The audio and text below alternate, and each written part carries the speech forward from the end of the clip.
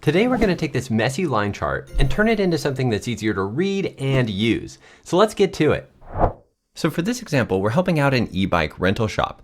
We have data on their fleet of e-bikes and a health score, and their maintenance department wants to see how this health score is trending over time. And I'll make the Excel file that I'm using available for free download and put a link to it in the description below. So for this solution, I'm going to start with a pivot table and pivot chart. So I'll just quickly insert the pivot table on a new sheet. And here we want to see the week in the rows area. So a list of weeks on the left side. We'll put the bike ID across the top in the columns area. And then we want to see the health score in the values area. So this is again going to quickly give us a health score for each week for each bike. And then we can insert a chart. So we'll insert a line chart. We'll do a pivot chart, and then do a line chart here for this pivot table. And that will help us visualize all of the trends of the health scores for each bike. But this can be a bit difficult to read, especially when we get more bikes. Now we can add a slicer to help filter this. So I'm going to insert a slicer for each bike ID. We'll just place it on the sheet right over here. Now we could filter down for just one of the bikes and see the trend for bikes individually, but we don't see the other bikes here as well. We have to clear it out to kind of see the overall trend for all of the other bikes. So we're going to do a makeover and enhance this chart to make it a little more user-friendly for the maintenance department. And we're going to use the pivot tables as the source of the chart, but we need to clean up our data a bit here. So the first thing I'm going to do is right-click and remove the grand totals. And I'm going to do that for both rows and columns. And so this will be all of our chart data. So I'm actually going to rename this sheet all chart data, just like that. And then I'm also going to make a duplicate copy of the sheet. The easiest way to do that is just hold down the control key, drag it to the right. When you see that little plus arrow, that means you're going to duplicate the sheet. Release the left mouse button and you'll make a duplicate copy. And so this is going to be the selected or filtered data for the chart. And the slicer will control this pivot table. So when we filter down or click an item on the slicer here, it's going to just filter this pivot table. So we're going to leave this as is for now, and I'll explain more about this. We don't need the charts on either of these sheets, and I'm just going to quickly delete them so it's not confusing. I'm also going to delete this slicer as well because we don't need that one. And this will start to make more sense as we build out the source data. So I'm going to add a new blank sheet here. And this sheet is going to be for our chart. So I'm just going to put chart or chart data here. And we're actually going to use a regular range for the source of our chart data, or the source of our chart. So we need to create that source data. And for this, we're going to use the new TRIMRANGE function. So TRIMRANGE is going to essentially just give us the used data on a sheet. So I'm going to tab into that. For the range, the first range that we need here, we're going to go to the all data sheet. And here I'm just going to click the top left corner here, and this is going to create a reference to all of the cells on the sheet. You can see that right here, 1 to this 1 million number, and we're going to close parentheses on that and hit enter.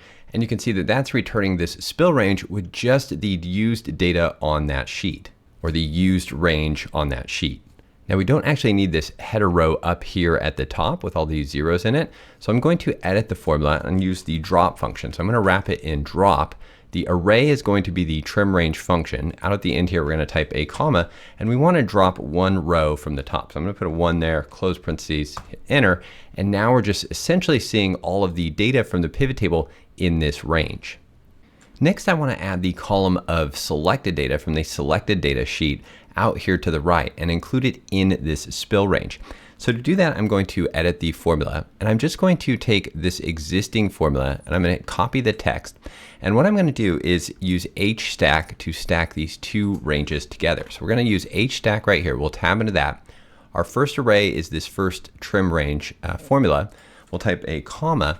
For the second array, we're just going to paste in that existing formula and then just change this reference. That way we don't have to type it all out again. So instead of all chart data, we're going to go to the selected data sheet, and then again, just click right here. That'll give me that reference to all of the cells on this sheet. We'll close parentheses on HSTACK and hit enter.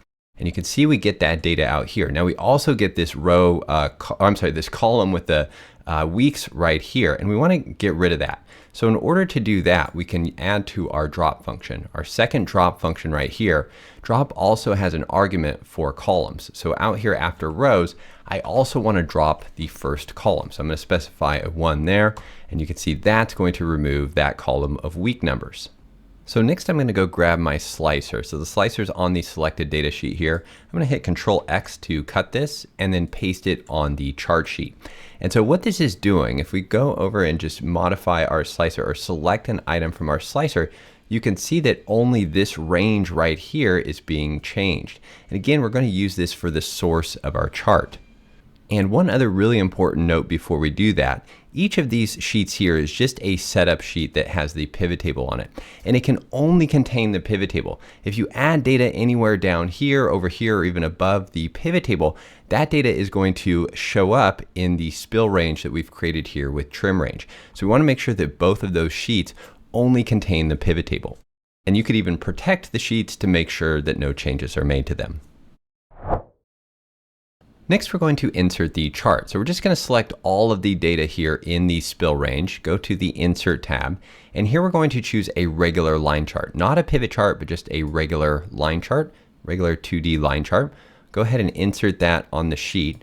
Now, the first thing is these need to be flipped. Essentially, if we go up to the chart design, we need to switch the row and column. So just click that. Now we have weeks across the bottom. We have the health score on the y-axis here, and you can see a line for all of the bikes. Now at first glance, this looks just like the original pivot chart. However, there's an additional line here. If we look down here, this is a bike 106. If we filter for bike 106, you can see that that line color changes.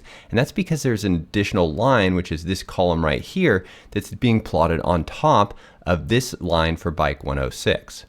So to make that line stand out, we can just change the colors of all of the other lines. So we can just select them, go up to the Format tab here, and choose Shape Outline. I'm going to make it a light gray color, something like this. It'll just depend on your preference, but we're really just going to go select each line and repeat that process.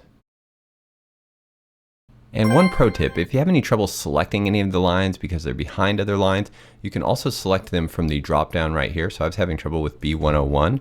Just go ahead and select it there, and then I can apply that shape outline. And there is a line behind B106 that I haven't done yet, so I'm going to select B105. We can see that we also have this green line here that we're going to change to gray. And then we might also want to make the selected line pop a bit more, so I'm just going to select it, and I'm going to change the outline color to this bright green color. I'm also going to change the weight of it to just make it thicker. And then if you right click on the line and choose Format Data Series, that'll open up the task pane on the right side. I'm going to go into the marker options here, and I'm going to add a built-in marker, which is this circle. I'm going to increase the size a bit here so you can kind of see the size increasing for the fill.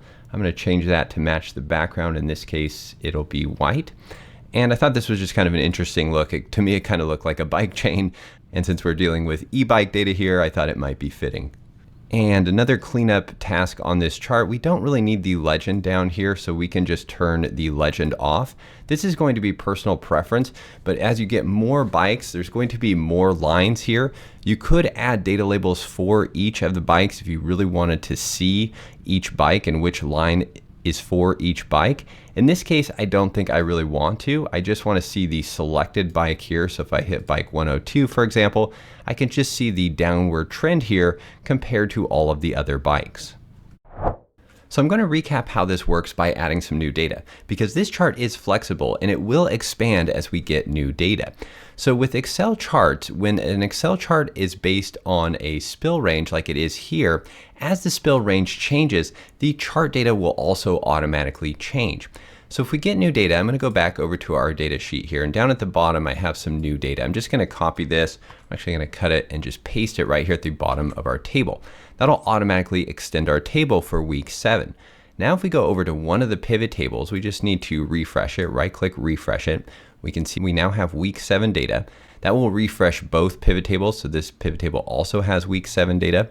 If we jump over to our chart, we can see that we also have week 7 data in our spill range and week 7 data in our chart. So using HSTACK and TRIMRANGE allows us to combine all of the data from two different pivot tables into the source data here for this chart. And we can also use the slicer here that's connected to one of the pivot tables. It's definitely a bit of a hack, but it opens up a lot of possibilities with this technique.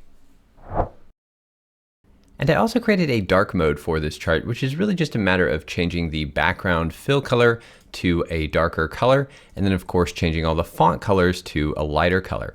For the slicer, one little tip here is you can also format slicers. So on these slicers styles here, you can go to any of the existing styles and just duplicate those, and then go into here and format or apply the different formatting settings for every element of the slicer. So you can change all of this to really customize the look and feel of the slicer. That's what I did here. You can also just copy and paste my slicer into your own workbook if you like the look of it. And one other tip for the slicer, if you right click and go into slicer settings, I also turned off display header, so you don't see the header at the top of the slicer, which includes the clear button and the multi-select button. In this case, I only want the user to select one item at a time, so I don't need either of those buttons. So I'm curious to know how you'll be using this technique. Leave a comment below and let us know. If you enjoyed the video, hit the like button and consider subscribing. If you want to see other cool charting techniques, then check out this video next. Thanks again for watching, have a great day, and I'll see you in the next video.